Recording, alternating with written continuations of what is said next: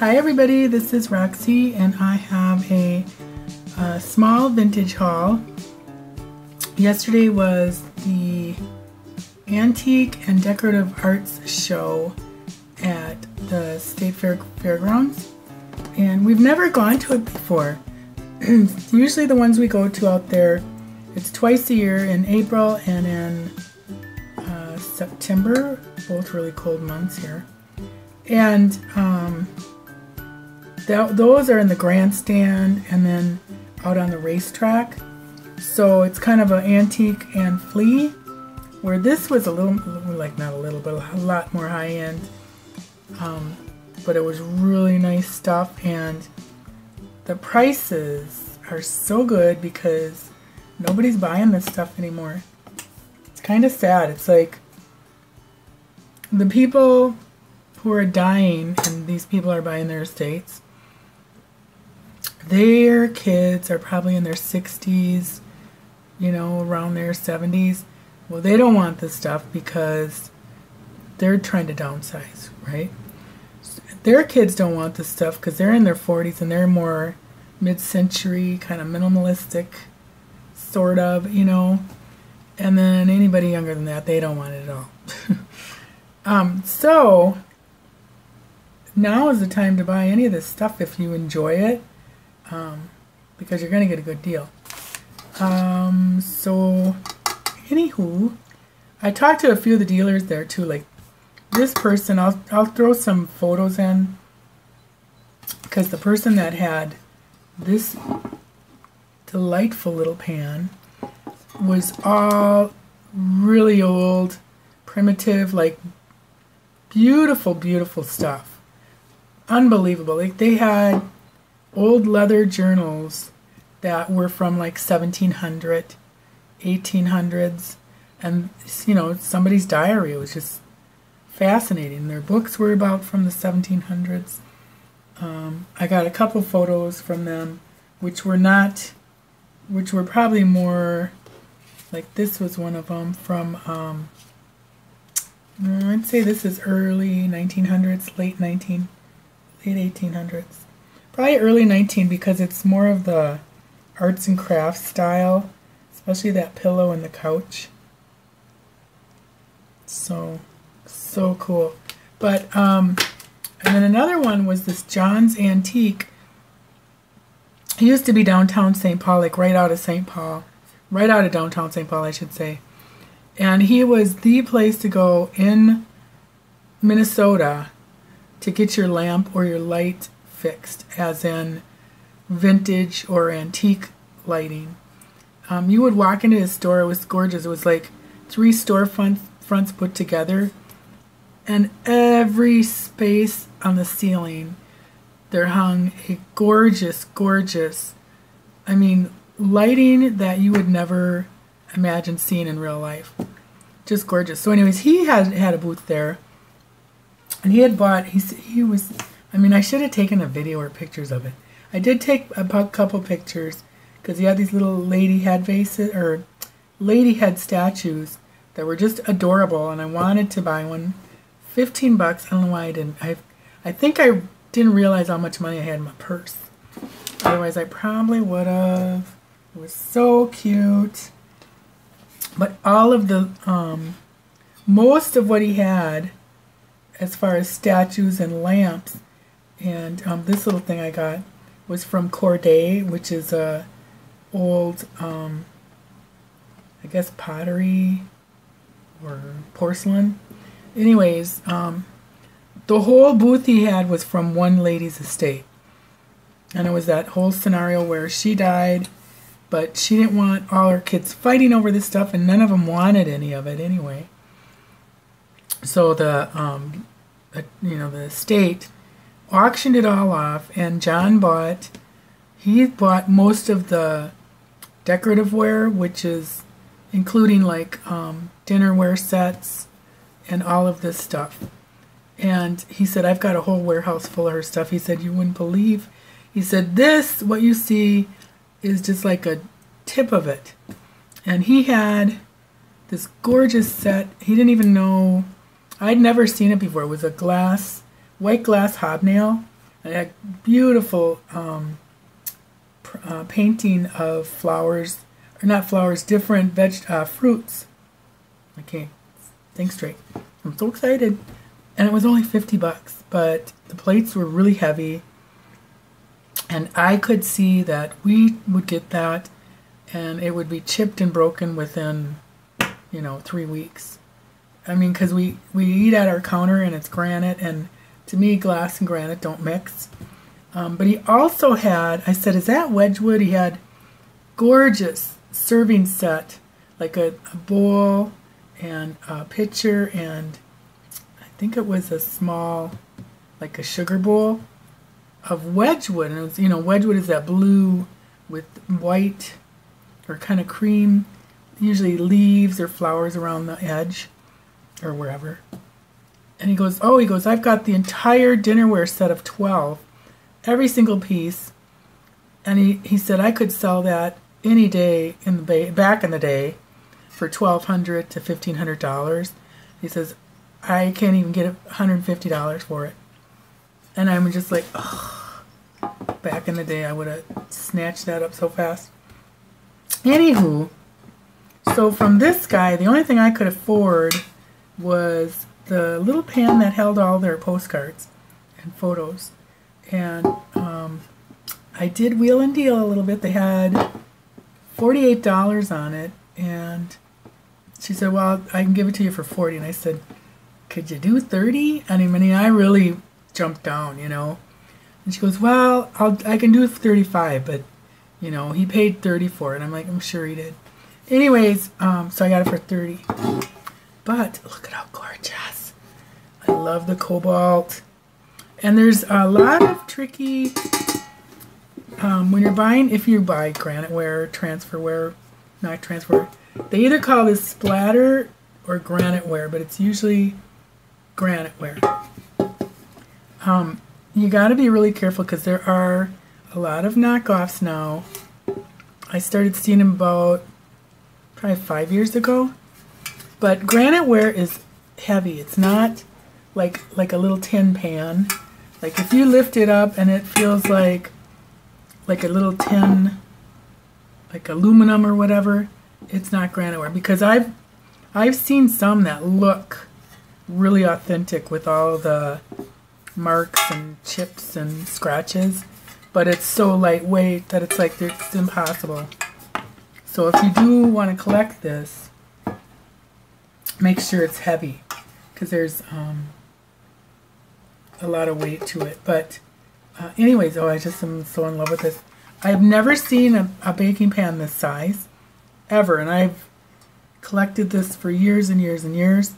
My dad had his mother's set, like all her pans and coffee pot and all that stuff.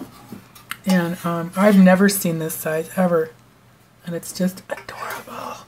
I was going to leave it there, and I thought, you know what?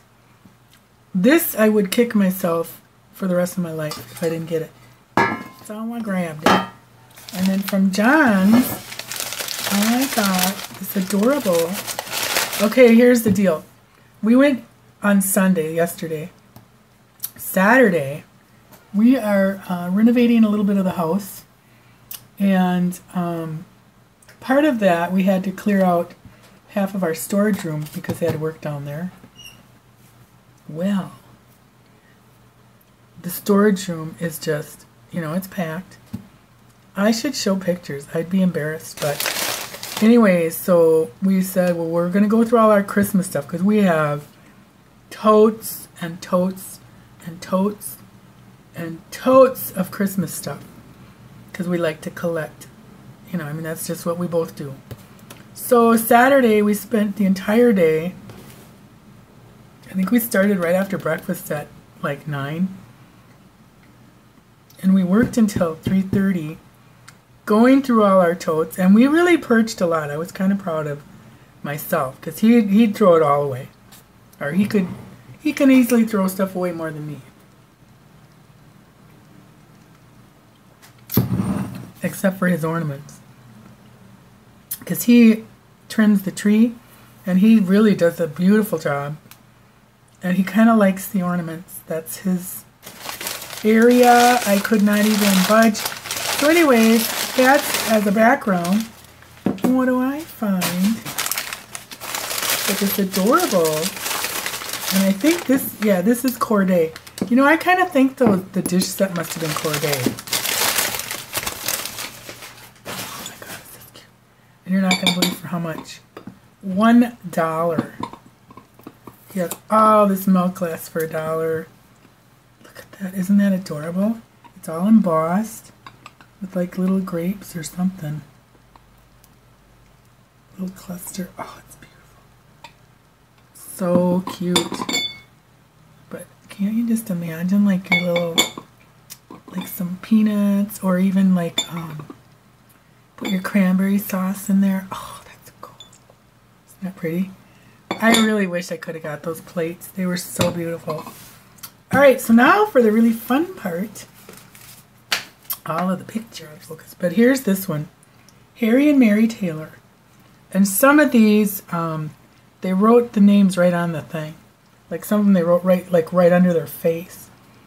But I love this mostly because of their expressions and how they're both sitting exactly the same. This gorgeous lace curtain. But really the furniture and those pillows, because that is so arts and crafts. It's just gorgeous. So this would be around probably 19, doesn't say. I got them all for $1 too, by the way. Probably like 1912. So the arts and crafts movement was between 1880 and 1920. And it was kind of like a, not retaliation, but kind of a movement spurned to get rid of the whole Victorian frou-frou, all these ornate details, and go back to the basic of creating beautiful furniture and art and pieces and whatever. But so that's why you see these very straight, clean lines, but they'd be all dovetailed and just gorgeously, beautifully put together. And I think with her hair and her little dress, I would say probably 1915-ish. Because it's kind of getting, like, from, you know, like 1910s, they'd have these bigger pile of, like, the Gibson girl kind of hair. So I think it's probably later than earlier. Plus, they don't look really wealthy. And they probably wouldn't be, you know, running out and grabbing new couches right when they start out. You know, when the movement started. So that's what my guess is. Oh, that is so cool. Look at that pillow. Everything is so cool. Harry and Mary. Alright, then this is awesome. These are a bunch of farmers, who knows where. I wish people would write on the backs of their pictures. But how cool is that? That's how they dressed to farm. Can you imagine? And I'm sure the pants were like a wool, so that they would hold up all year. And after, you know, they had, that's, that cool fence. There's a pond. That's what we learned. Our first house was built in 1914, and it had a little tiny closet downstairs, you know, on the first level. In the master bedroom, it had a little tiny closet. I'm not kidding. It was maybe like, well, the door was about 2.5 feet wide. And then it was under the stairs to the attic. So that's all that was. That's it. And then the front bedroom had a tinier one, because that was under the an eave. And those were the 3 closets in the whole house. And the one downstairs, it was like, I'm not kidding, it was probably this wide. Because the door, again, was just, you know, like 2.5 feet or whatever. But I found out in research that, you know, people had their Sunday best clothes, which was probably a dress and shoes, or a suit and shoes. And then they had their overalls and their work clothes, which was probably 2 dresses for women and a pair of shoes. And the men probably had 2 pair of overalls and a couple of shirts. So they didn't have a lot of clothes. Oh my gosh. Okay, so anyways, that's why I said those are probably wool, because they'd have to wear them all year round to work. Anyways, look at this. Bill's like, you would take that one. I'm like, of course. It's somebody's casket, obviously. But I gotta look this up because I think there was a lady that she's at a lot of these sales, and she's American Indian, and she has all these really cool old prints and photos, and I think she once told me that when somebody dies, they put a shroud over the home address because that person doesn't live there anymore, I think. I have to check on that because there is a shroud there. Ooh, isn't that cool? I mean, you know, they got buried out of their homes. There's candelabra on there. And it's a fancy casket, you know. This, I love. Okay, I'm not going to show them the head. I got to put her on the bottom. This one, wait, let me do. Okay, I'll do the photo. This looks like Tombstone, doesn't it? Like they're going to go fight. But I think they're siblings because they all kind of look alike.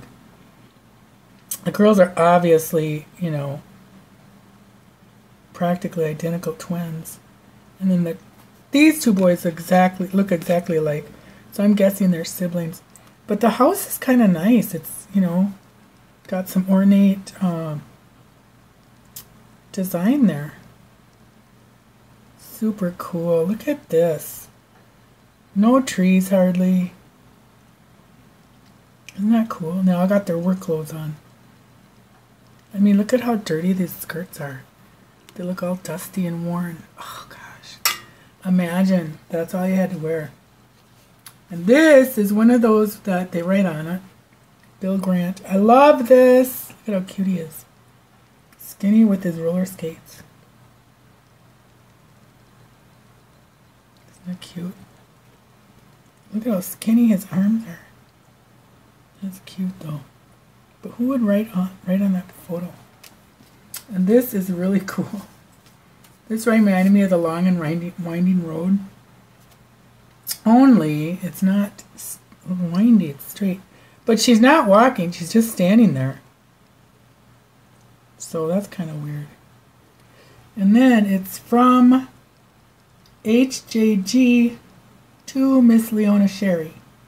October 30th, 1908. From Westfield, New Jersey to Iowa Falls, Iowa.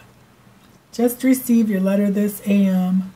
Got a card from Avis Nelson yesterday. Hello. And now I'm standing here. Isn't that funny?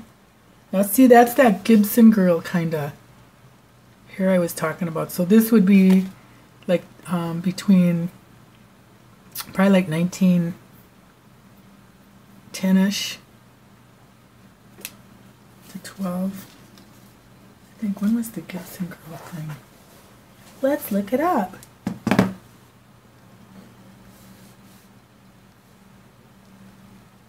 You know my password thingy, or my swipey. I think Gibson Girl was 1880 to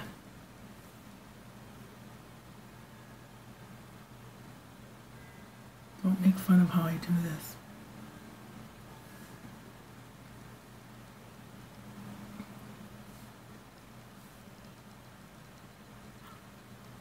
Late 19th and early 20th century. There's got to be a definite. Because that's how my grandparents. Look at that. So pretty. Well, just late. Oh, okay. Writers described the new woman, 1890s and early 1900s. So we'll go with that, I guess.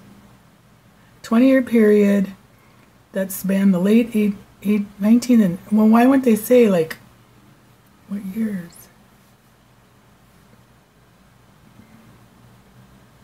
So evidently 1880. So around the time of the arts and crafts movement too. So that's kind of odd. Because that to me is more fancy than, maybe it is just that time. Oh, I gotta have a drink. But you know what? I think that's Art Nouveau was during those years. I think. Let's see see what the Goog says.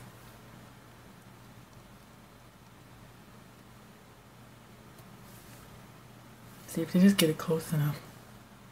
I don't want artists. Period. 1890 to 1910. So isn't that interesting? So the Art Nouveau is going on during the exact same time as arts and crafts. So here's Art Nouveau, is that real fancy kind of a like a cross between Victorian Art Deco, I would say. And then arts and crafts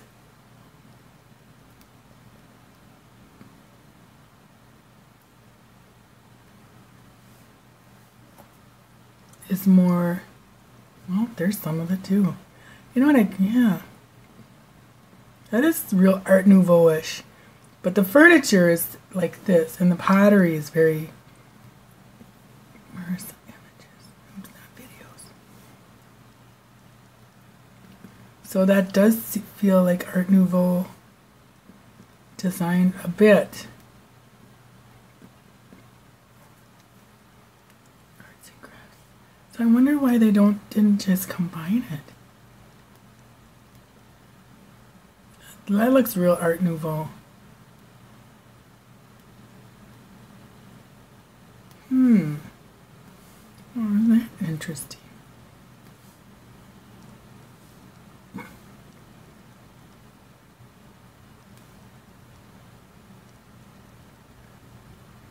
They seem to,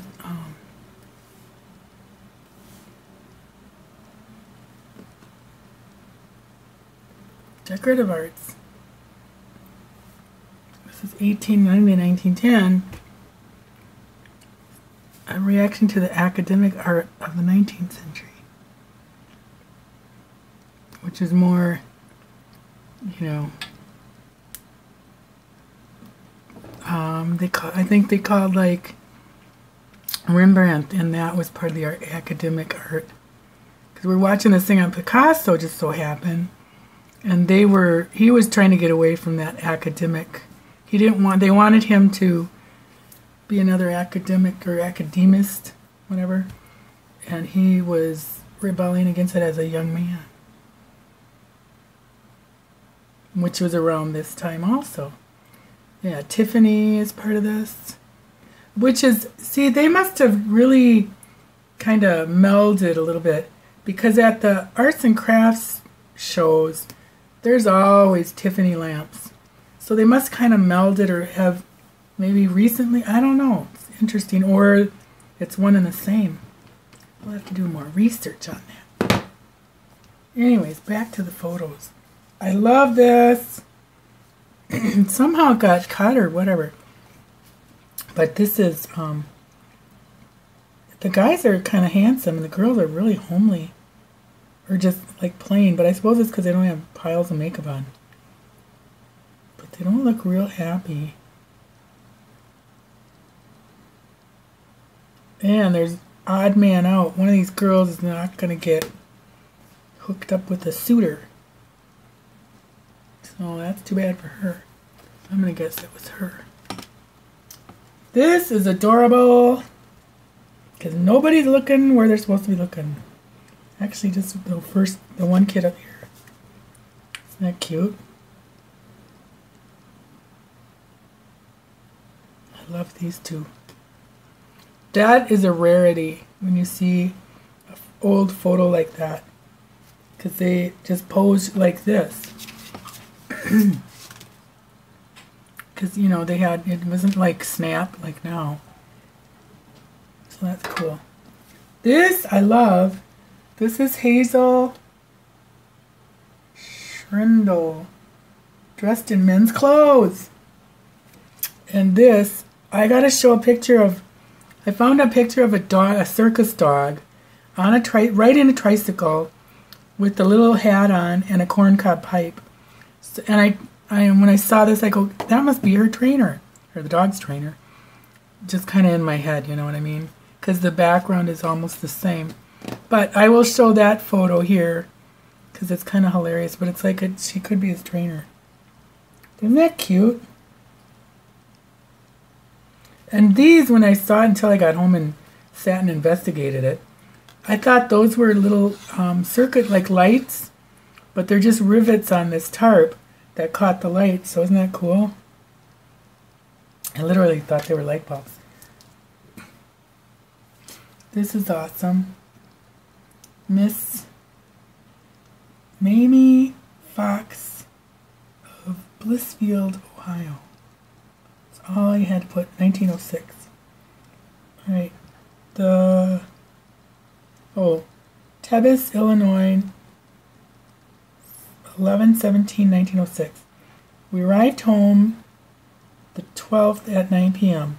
We missed connections and were 2 nights on the way. Everything is lovely. Oh. How is the fare, John? How funny is that? And then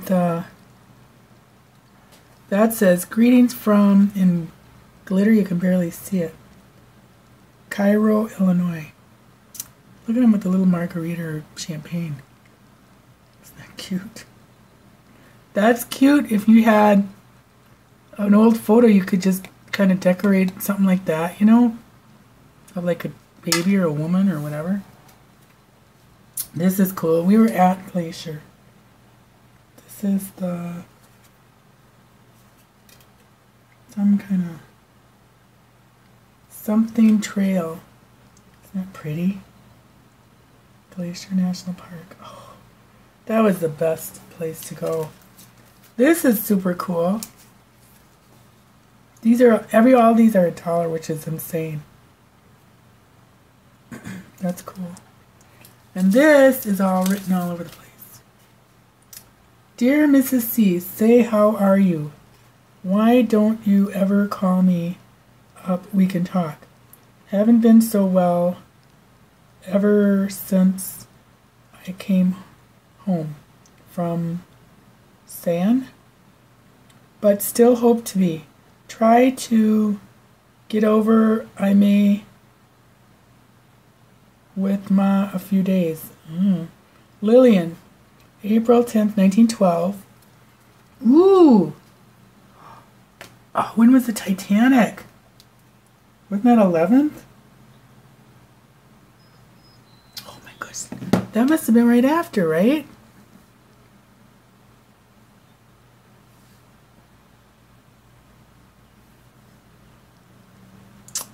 April 15th.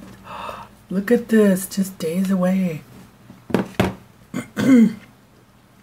Mrs. Fred Chipman, Wamaso, Iowa. Rural number 1, that's all you needed. And this is from Monticello, whatever. It said $2.50, but she gave it to me for $1. I think that is awesome because it's kind of a saying we have in stamps now. I love this too. From Helen. The spirit of Christmas is in the air. Let me take it out of the plastic. And my heart sends a greeting true. For Christmas wouldn't be Christmas for me without a thought of you. Isn't that sweet?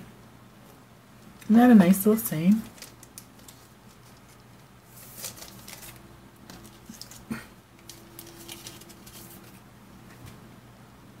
Merry Christmas and all good wishes. To Margie from Lucille. And I don't mind that because I like the names Margie and Lucille. Normally I would go, darn, why'd they write on the front? But some of those old names are kind of fun. Oh my god, that's my last one I gotta show. This one, if Scrubby would have seen it, he would have bought it for me. In fact, when I showed it to him, I showed him all my things, he started laughing. I knew which one he was on. Isn't that cute? Dear Mary, oh dear Mama, I will send you a card. I have that old pain over my eye again this morning. Hope you are well. Was Jessie and Marion and Joe's over? Bye bye with love from Maud. Mrs. A. something Brown. A lot of Iowa. So I think it was about the second year we were married. Bill bought me a Valentine's card that had a big Cupid in the air with the arrow, and it said, "Our love is bigger than both of us." No, our love is... What was it? Oh, our love is huge. No, our love is... Oh!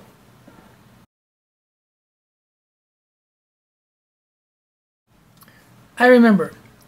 Love is in the air, and then you open it up, and it said, "And it's bigger than both of us." And I kept the card. I have it somewhere. I thought it was the most gross card I've ever seen, because the Cupid was this really heavy, huge guy with just a little diaper on, like swinging on a, they had him up in the air. And I was like, why would you give me something so ishy, So it was kind of like the biggest debacle he ever made, which isn't that big. So when I saw this, I was like, oh my God, this is exactly what Bill would do. This one says, "To my Valentine, on wings of love." He's on a big dragonfly. Isn't that cute? I mean, it's kind of hilarious though. But it's about the same as our Love is in the Air one. Master Frank Allen from Vera. Isn't that funny? So that's my vintage haul. Sorry it took so long, but it's why I love this stuff so much. So thanks for watching. Go out and buy stuff because it's cheap right now. And then you can get rid of all the stuff you have. Thanks for watching. Bye.